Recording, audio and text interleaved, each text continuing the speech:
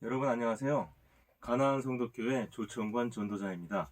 자, 오늘부터는 베드로전서 장절로 이제 성경 본문을 직접 들어가서 한번 우리가 함께 이야기를 나눠보도록 하겠습니다.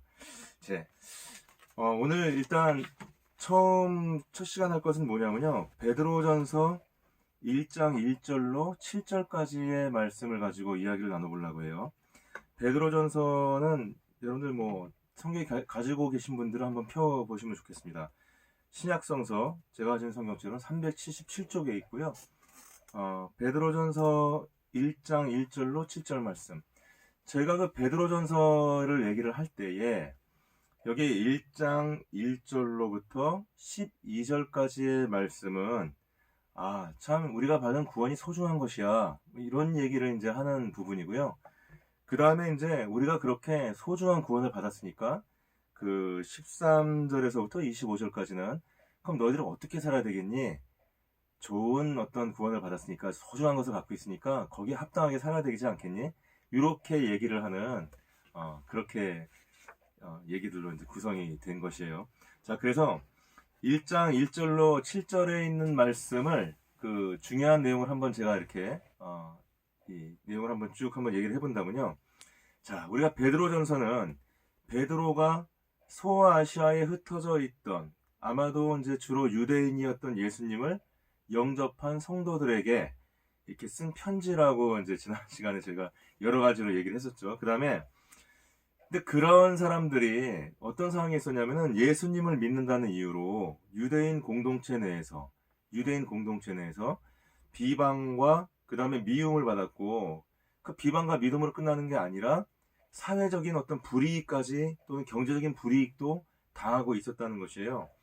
거기에 이때 이제 로마는 네로 황제 때라고 그랬죠. 그러니까 이제 그 기독교에 대한 어떤 그 박해의 조짐이 막 보이기 시작한 어떤 그런 상황이었어요. 근데 이런 어떤 실언이 느껴지고 그 다음에 이제 그것에 대해 근심해야 될 어떤 그런 상황이 왔을 때 그들이 근심을 하긴 했지만 오히려 기뻐했다. 이렇게 이제 얘기를 하는 것입니다. 그래서 그 1장 6절에 보면은 잠깐 근심하였으나 오히려 크게 기뻐하는도다. 이제 이런 말이 나오는 거죠. 왜냐하면은 그들은 비록 시련과 근심을 갖게 됐긴 했지만 그럼에도 불구하고 세상 사람들이 갖지 않은 산 소망을 가진 사람이었죠. 그들이 비록 이 땅에서는 나그네와 같은 삶이었지만 그렇지만 그럼에도 불구하고 썩지 않고 더럽지 않고 쇠하지 않는 영원한 나라를 우리가 유업으로 받았다. 그래서 그러한 어떤 영원한 유업을 받은 그 성도의 소망을 노래할 수 있는 것. 이것이 바로 그 영혼을 바라보는 성도의 어떤 특권이다. 그만큼 이 구원이라는 것은 이 세상에서 어떤 시련과 근심에도 불구하고 우리에게 큰 기쁨을 줄 수 있는 그러한 어떤 소중한 것이다. 이제 이렇게 얘기를 하는 것입니다. 그래서 아무리 거센 고난이 닥쳐온다 할지라도 찬송할 수 있습니다. 또한 기뻐할 수 있습니다. 그리고 소망을 노래할 수 있는 그러한 정체를 가진 사람이 누굽니까? 바로 성도라는 것이지요. 왜 그렇습니까? 우리가 구원을 받았기 때문이에요. 이제 이런 얘기들을 1장 1절로부터 7절까지 얘기가 이제 이렇게 성경책에서 얘기를 하는 것을 한번 짚어보았습니다. 자, 우리가 1절부터 이제 하나씩 잠깐씩 살펴보겠습니다.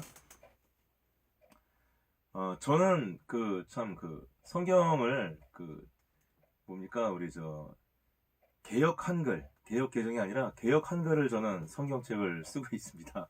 예, 그래서 참고하시고 주로 요즘 이제 개역 개정 한글을 쓰잖아요. 예, 그런 부분들에 대해서는 제가 또 나중에 정리하거나 이럴 때 짚을 부분은 좀 짚겠습니다. 자, 예수 그리스도의 사도 베드로는 본도, 갈라디아, 갑바도기와 아시아와 비두니아에 흩어진 나그네. 자, 여기서 우리가 이제 짚어야 될 말이 무엇입니까? 사도 베드로다. 베드로에 대해서는 우리가 이 서론을 얘기할 때 이제 많은 얘기를 했었습니다. 자, 이제 베드로는 지금 누구로서 보내는 것이 그래서 사도가 무엇입니까? 예수님의 공생애 동안 그 옆에서 함께 먹고 자고 하면서 예수님께 가르침을 받았던 사람들. 베드로는 수제자였잖아요. 예, 그래서 사도의 권위로 사도로서 보낸다는 것이죠. 자, 근데 누구한테 보내는 거냐면요. 본도, 갈라디아, 갑바도기아, 아시아와 비두니아 이렇게 이제 이 각 지역들이 나타나 있는데 요 지역들에 대해서도 저희가 이제 서론 때 많은 얘기를 했었습니다. 근데 하여간 제가 잠깐 다시 짚는다면 이 지역의 위치가 어디냐? 위치가 어디냐면요. 지금 터키가 있고 터키의 북서쪽이에요. 북서쪽이 서쪽으로 가면 터키의 서쪽에 가면 그리스가 나타나죠. 그죠? 그러니까 유럽으로 가잖아요. 그리스 유럽으로. 그러니까 이 여기에 나와 있는 지명은 터키의 그 그리스 유럽과의 어떤 그 접경 지역 쪽에 있는 부분에서 터키의 북서쪽 지역 요 지역을 지금 말을 하는 것이고요. 그 지역에 우리 뭐 지금 뭐 경상도, 서울시, 뭐 경기 이렇게 나누는 것처럼 경계가 되어 있는 거예요. 그래서 본도, 갈라디아, 갑바도기아, 아시아, 비두니아 그러면 요게 이렇게 다 경계를 이루고 있는 그 지역에 있는 어떤 지역 이름이었고요. 저희가 좀 혼란을 느낄 수 있는 게 아시아라는 말이 나오는데 이 아시아라는 말은 우리가 흔히 말하는 유라시아 대륙에 있는 그 아시아 지역 이걸 말하는 게 아니고 이 터키의 북서쪽 지역에서 가장 그리스 쪽에 붙어 있는 그러니까 어떻게 보면 서쪽 바다의 면에 있는 거기서부터 시작되는 이런 지역이 있어요. 거기를 그냥 아시아라고 불렀습니다. 아시아라고. 그래서 거기에 이제 흩어져 있는 나그네. 이 나그네라는 말을 왜 했냐라고 말을 했을 때 제가 이제 서론에서 얘기할 때는 이것은 바로 천국의 본향을 두고 있기 때문에 이 세상에서는 나그네로 살고 있는 사람들 뭐 이렇게 얘기를 드렸어요. 근데 이제 왜 그러면은 여기에 유대인들이 많이 있었냐 얘기했을 때 그때 제가 말씀드린 거는 뭐냐면 우리가 이 포로로 이제 유대인들이 이제 잡혀가서 70년 동안 포로 생활을 한 다음에 기원전 538년 뭐 어떤 분은 539년이라고 합니다. 바사왕 그 페르시아 왕이죠. 지금의 이란 지역 그 페르시아 왕 고레스가 칙령을 줬기 때문에 이 사람들이 이제 이렇게 고향으로 돌아가고 귀환을 하지 않습니까? 뭐 에스라와 스룹바벨 이런 사람들과 같이 오잖아요. 그러니까 그때 돌아온 사람이 한 5만 명 정도라 그럽니다. 근데 이제 포로로 잡혀갔던 사람들 훨씬 많았어요. 그 중에 일부가 돌아온 거야. 아주 일부가. 그러니까 그 지역 사람들이 이미 결혼을 하고 직업을 얻고 정착을 하고 있었기 때문에 안 돌아온 유대인들이 지역에 많았다는 거예요. 예. 그래서 성전이 건축된 게 이제 뭐 주전 약 516년 정도 뭐 이렇게 하니까 알렉산더 대왕이 나왔던 게 주전 313년이거든요. 그러니까 그때 이제 그리스가 이제 그 이 전 지역을 막 통일을 하기 시작하고 뭐 페르시아도 막 굴복시키고 하면서요. 하나가 되는 것이죠. 하나가. 자, 그러니까 그때 이 페르시아 지역 초기에 고레스 왕 칙령했을 때 이제 그때 포로기가 끝나고 돌아왔어야 되는데 유대인들이 계속 안 돌아오고 있었고 그 다음에 계속 살던 유대인들이 이번에는 그 그리스가 이제 전 지역을 패권을 장악하면서 그냥 뭐 계속 거기 살고 있는 것이죠. 이제 그리스어가 이제 뭐 많이 쓰이게 되고 하면서 그리고 이제 이 지역이 나중에 알렉산더 대왕이 뭐 31살이란 나이로 젊은 나이로 죽은 다음에 4명의 그 장수들이 이제 그 분할 통치하잖아요. 가나안 지역이나 이런 쪽도 다 분할 통치하고 뭐 이렇게 그 지역이 전체가 다 이제 그리스 문화권으로 들어가게 된 것이에요. 그래서 유대인들이 어떻게 본다면은 포로기 때 가서 이렇게 흩어져서 있는 사람들, 그 흩어져 있는 사람들을 뭐라고 부르냐? 디아스포라라고 불러요. 디아스포라. 그래서 여기에서 그 나그네라는 말을 할 때에 천국의 본향을 두고 있는 하나님을 믿는 성도들, 뭐 물론 이렇게 이해를 하는 게 좋습니다. 그 다음에 그 배경을 볼 때 또 누구냐? 그게 누굽니까? 유대인이라는 거예요. 유대인. 예. 베드로는 유대인의 사도라 했잖아요. 그러니까 이제 그 지역에 흩어져 있는 디아스포라, 흩어져 있는 사람들, 유대인 중에서 특히 또한 하나님을 믿고 있는 사람들.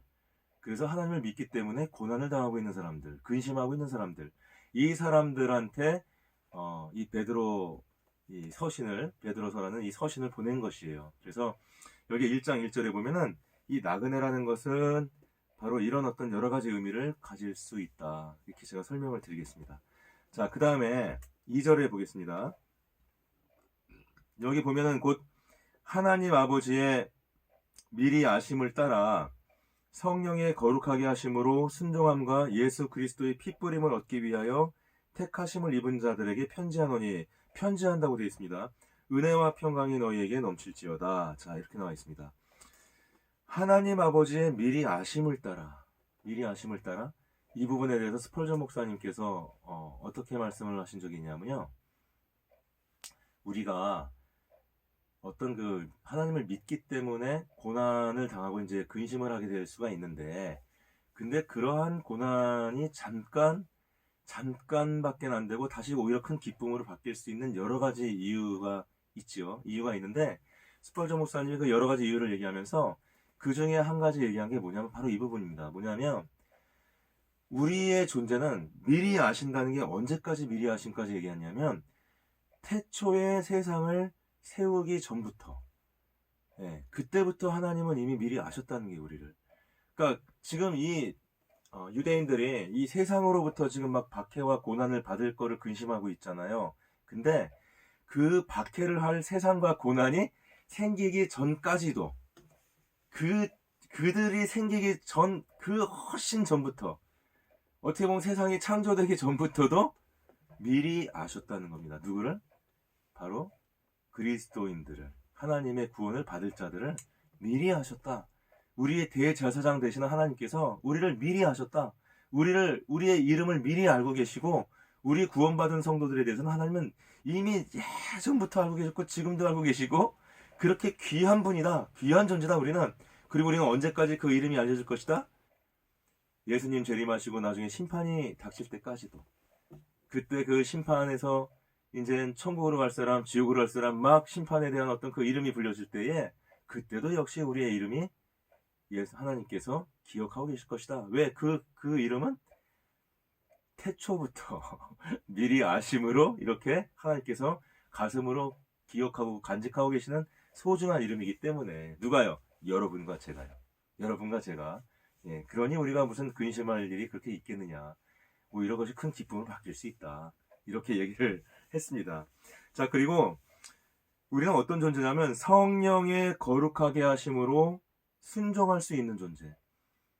인간은 사실은 하나님의 말씀에 순종하기가 어려워요. 그렇지만 성령께서 우리를 거룩하게 하셨기 때문에 우리가 그 말씀에 순종할 수가 있는 것이죠. 그리고 예수 그리스도의 핏부림을 얻기 위하여 택하심을 받았다. 택하심을 받았다. 여러분, 여기서 핏부림이란 말은 뭐냐면, 우리가 이제 그 시내산 언약이라는 게 있습니다. 시내산 언약이 뭐냐면, 제가 이제 뭐 구약에 대한 얘기를 여기서 지금 길게 할 수는 없지만, 그 이스라엘 민족이 이제 그 가나안 땅이라는 이 국가, 하나님의 이 국가를 이제 형성하기 위하여, 그래서 그 국가를 통해서 하나님이 약속하신 메시아를 갖다가 계보를 만들어내고, 그 계보가 계속 이어져 가면서 이 메시아가 어떤 일을 할 것이라는, 어떤 존재라는 것을 갖다가 끊임없이 이렇게 전달하는, 세대 간에 전달하는 그런 어떤 그 준비를 하는 것이잖아요. 근데 이제 그때 그 나라를 성립하게 하기 위해서 백성을 먼저 만들었다 했죠. 그 백성이 누굽니까? 바로 야곱의 12아들들이 이제 그 요셉이 총리가 돼 있을 때 그 기근을 피해서 그 요셉이 이제 그 아들이 이제 그 총리라고 했으니까 고센 땅이라는 나일강 삼각주가 아주 비옥한 땅입니다. 거기에 가서 이제 그 정착을 하기 시작해가지고 이 사람들이 이제 그 민수기 처음에 보면은 이제 60만 명까지 늘어나요. 장정만. 그러면 한 200만 명 정도. 백성이 형성된, 이 형성된 백성이 바로 이 가나안 국가를 만들기 위해서 이제 가는 도중에 그 애굽 홍해를 갖다 이렇게 기적으로 딱 모세가 열어가지고서는 하나님께서 열어주셔가지고 이렇게 내려오면 그 시나이 반도라고 해서 이제 삼각형으로 이렇게 생긴 그 땅이 있는데요. 사실은 이제 애굽에서는 블레셋인의 길이라는 길이 있어요. 그 길로 그냥 이렇게 직진으로 쭉 올라가면 되는데 이렇게 돌아서 오거든요. 돌아서 오면은 그 시나이 반도 맨 끝에 쪽에 시내산이라는 게 있습니다. 시나이 반도는 밑에는 돌, 위에는 사막이에요. 그래서 그 광야입니다, 광야. 거기를 쭉 내려오면, 그렇죠? 출애굽기 19장부터 이렇게 내려오는 거죠. 내려오면 요 시내산에 도착을 해요. 그래서 요 시내산에서 하나님의 계명을 받고 제사를 배우고 하나님과의 관계를 형성하는, 그때 모세가 그 언약을 받을 때 양을 잡아서 이렇게 피를 뿌리거든요. 피를. 그것은 무슨 의미입니까? 그것은 바로 하나님께서 주신 그 약속을 봉인하는, 이게 도장 꽝 찍는, 인장을 딱 날인하는 그런 행위란 말이니까, 그러니까 예수님께서 핏부림을 우리에게 주었다라는 얘기는 예수님께서 그분의 그 약속, 그러니까 하나님께서 구원을 주시는 그 약속을, 그 핏부림의 그 약속, 그 봉인, 날인 꽝 찍는 거, 그거를 누구에게? 각각의 구원받은 그 사람에게 택하셔서 그 구원의 약속을 구원하니까, 구원을 해야지 이제 이게 성취가 되는 것이잖아요. 그러니까 이제 그 택하심을 받은 사람들에게 그 핏부림을 했다. 너희들 이제 구원 받았어. 라고 이렇게 나린을 꽝 찍는, 봉인을 땅 찍는 그런 어떤 의미로 이제 얘기를 하는 것이죠. 자, 그래서 그렇게 그러니까 너희들의 정체는 뭐냐면은, 자, 첫 번째가 뭡니까? 첫 번째가 하나님께서 태초부터 미리 하셨다. 두 번째는 뭡니까? 성령께서 너희를 거룩하게 하셨기 때문에 이제는 말씀에 하나님에 대해서 순종할 수 있다. 세 번째는 무엇입니까? 너희들은 바로 구원을 얻은 존재인데 예수님께서 그 구원을 이루기 위해서 핏부림을, 그 너희들 택하기 위해서 핏부림을 이루셨다. 핏부리셨다. 이렇게 너희들 택하신 자, 이렇게 딱 하나님의 약속, 그 약속의 그 날인된 자, 봉인받은 자, 예, 이렇게 택하신 자로 이렇게 너희가 선택되었다. 바로 너희가 그런 존재라는 것이죠. 자, 그래서 3절을 보면 찬송하리로다 우리 주 예수 그리스도의 아버지 하나님이 그 많으신 긍휼대로 예수 그리스도의 죽은 자 가운데서 부활하심으로 말미암아 우리를 거듭나게 하사 산 소망이 되게 하시고. 자, 여기서 우리가 딱 좀 주목할 수 있는 말이 무엇이죠? 우리를 거듭나게 했다. 자, 우리가 어떤 존재예요? 거듭난 존재죠. 옛사람은 죽고 새 사람으로 거듭난 존재인데, 그 거듭났기 때문에 우리가 어떤 소망이 있습니까? 살아있는 소망이 있다는 것이에요. 살아있는 소망. 그래서 그것은 뭐냐면은 예수님께서 이 부활을 하셨잖아요. 죽음에서 부활을 하시고 그 부활을 통해서 우리가 거듭남을 받았잖아요. 사실은. 그러니까 그 우리의 거듭남을 통해서 우리는 어떤 소망을 갖게 있는 거예요? 우리가 부활의 소망을 갖고 있다. 산 소망을 갖고 있다. 살아있는 소망을 갖고 있다. 죽지 않는, 죽음에 이기는 바로 그러한 생생한 소망, 살아있는 소망, 멸망하지 않는 소망, 이런 소망을 우리가 갖고 있다. 이제 이런 의미죠. 자, 4절을 보겠습니다. 썩지 않고 더럽지 않고 쇠하지 아니하는 기업을 잊게 하시나니 곧 너희를 위하여 하늘에 간직하신 것이다. 자, 여기 이제 영어 성경을 보면은 여기서 기업을 잊게 하셨나니 너희를 위하여 하늘에 간직하신 것이다. 이렇게 했는데 너희가 얻게 하셨다. 그것을 to obtain an inheritance 이런 표현을 하는데 너희가 그것을 확실하게 이렇게 딱 받았다는 거예요. 획득했다. obtain, combine, obtain. 획득했다. 가졌다. 이런 말이거든요. 그러니까 너희가 너희를 위하여 하늘에 간직한 것이 있고, 그죠? 그 다음에 그것은 뭐냐면은 쇠하지 아니하고 그 다음에 더럽지 아니한 그러한 것인데, 썩지도 아니하는 그런 것을 기업으로 있게 하신 건데, 그 기업이 어디에 있어요? 지금 하늘에 있는 것이다. 이렇게 얘기를 하는 것이고, 그 다음에 이제 이게 보면은 하늘에 간직하셨다. 그리고 그 하늘에 간직하셨다는 것이 이제 우리말로는 하늘에 간직하신 것이다. 이렇게 말했는데, 간직하신 것이다 라는 것은 이미 간직하셨다는 거예요. 이미. 그래서 영어 성경을 보면은 이게 reserved in heaven for you 뭐 이렇게 돼 있죠. 그러니까 과거형으로 이렇게 우리가 해석을 할 수 있게 돼 있어요. 이미 간직하고 있다. 이미 하나님께서 준비하셨다. 그것은 어떤 것이에요? 썩지 않고, 그 다음에 우리가 더럽지 아니하고 쇠하지 아니하는. 사람들이 이제 어떤 기업을 가질 때 우리의 어떤 뭐 자랑이 뭔가 있을지 모르겠지만 그것들은 결국은 우리 몸도 다 노쇠하고 나중에는 다 흐트러지잖아요.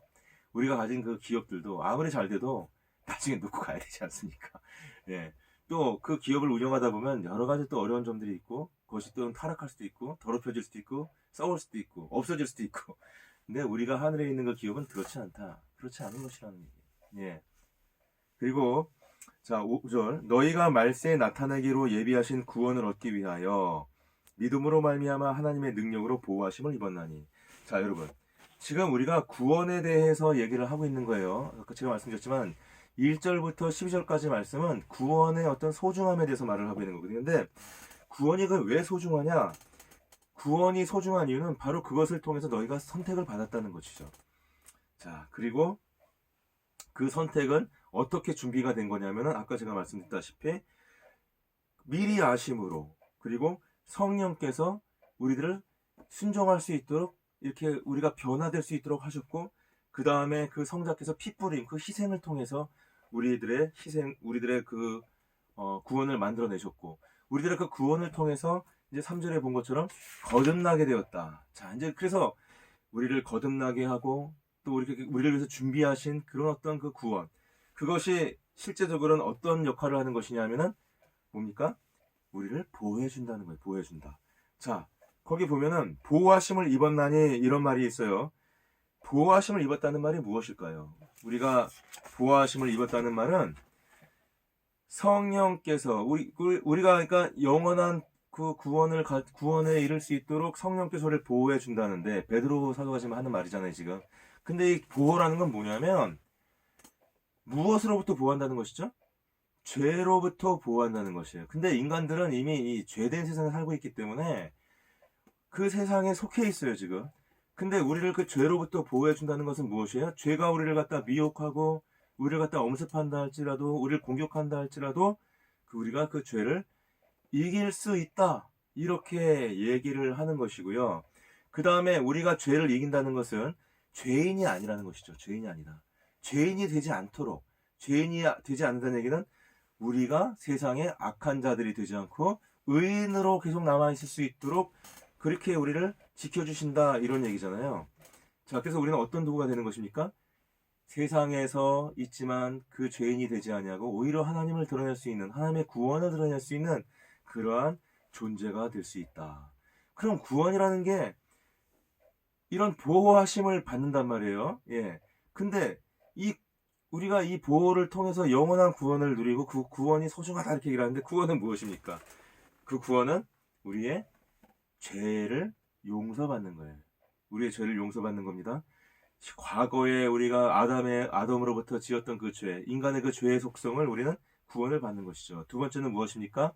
현재 우리를 공격하고 있는 그 죄의 속성이 있고 힘이 있어요. 근데 그거를 우리가 계속적으로 이겨내고 미혹에 빠지지 않을 수 있는 현재적인 구원, 계속적인 구원을 우리가 가져갈 수 있다는 것이고, 바로 그것들을 통해서, 그러한 삶을 통해서 우리가 성화를 누리고 영화롭게 된다.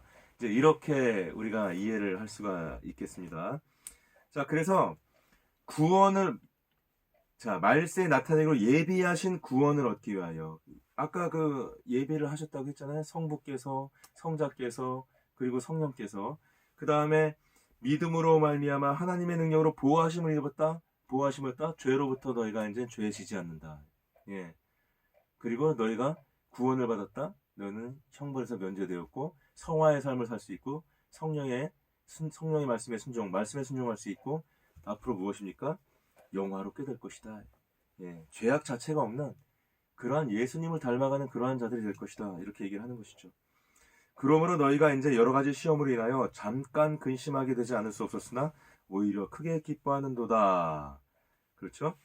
자, 그래서 너희 믿음의 시련이 불로 연단하여도 없어질 금보다 더 귀하여 예수 그리스도에 나타나실 때에 칭찬과 영광과 존귀를 얻게 하려 함이라. 뭐뭐 하려 함이다.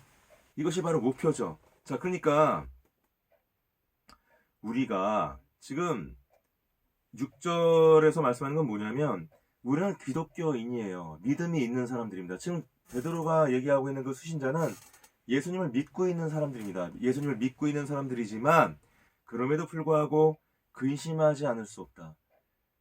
믿음을 가진 사람이지만 근심하지 않을 수 없다. 그럼에도 불구하고 믿음을 가진 사람들의 근심은 곧 큰 기쁨으로 바뀔 수밖에 없다. 왜 그렇습니까? 우리들은 구원을 받았고 그 구원이 이렇게 소중한 것이기 때문에 우리를 성화로 이끌고 우리를 죄에서 해방시키는, 그래서 우리로 하여금 우리를 보호해 주시는 이런 역할을 하는 소중한 것이기 때문에 우리는 기뻐하지 않을 수가 없다. 그리고 우리는 그 구원을 믿음의 시련이 불로 연단해도 없어질 금보다 더 귀하다. 더 귀하다. 뭐가 귀하다는 얘기입니까? 구원이 귀하다는 얘기예요. 그래서 그 구원을 갖다가 이렇게 지키고 또 이렇게 이어가는 그 어떤 믿음이 시련을 당하고 그것이 불로 연단을 당하고 그래도 그 재련을 해서 그렇게 반짝반짝 빛나는 정금 같은 그런 어떤 것으로 이렇게 어, 나타난 그 금보다도 오히려 시련을 통해서 그 믿음이 진짜 믿음으로 성장하고 믿음으로 점점 더 단련돼가는 그것들이 더 귀하다. 그런 그 믿음으로 점점 우리가 얻어가는 살아가는 그 구원이 너무나 소중하다.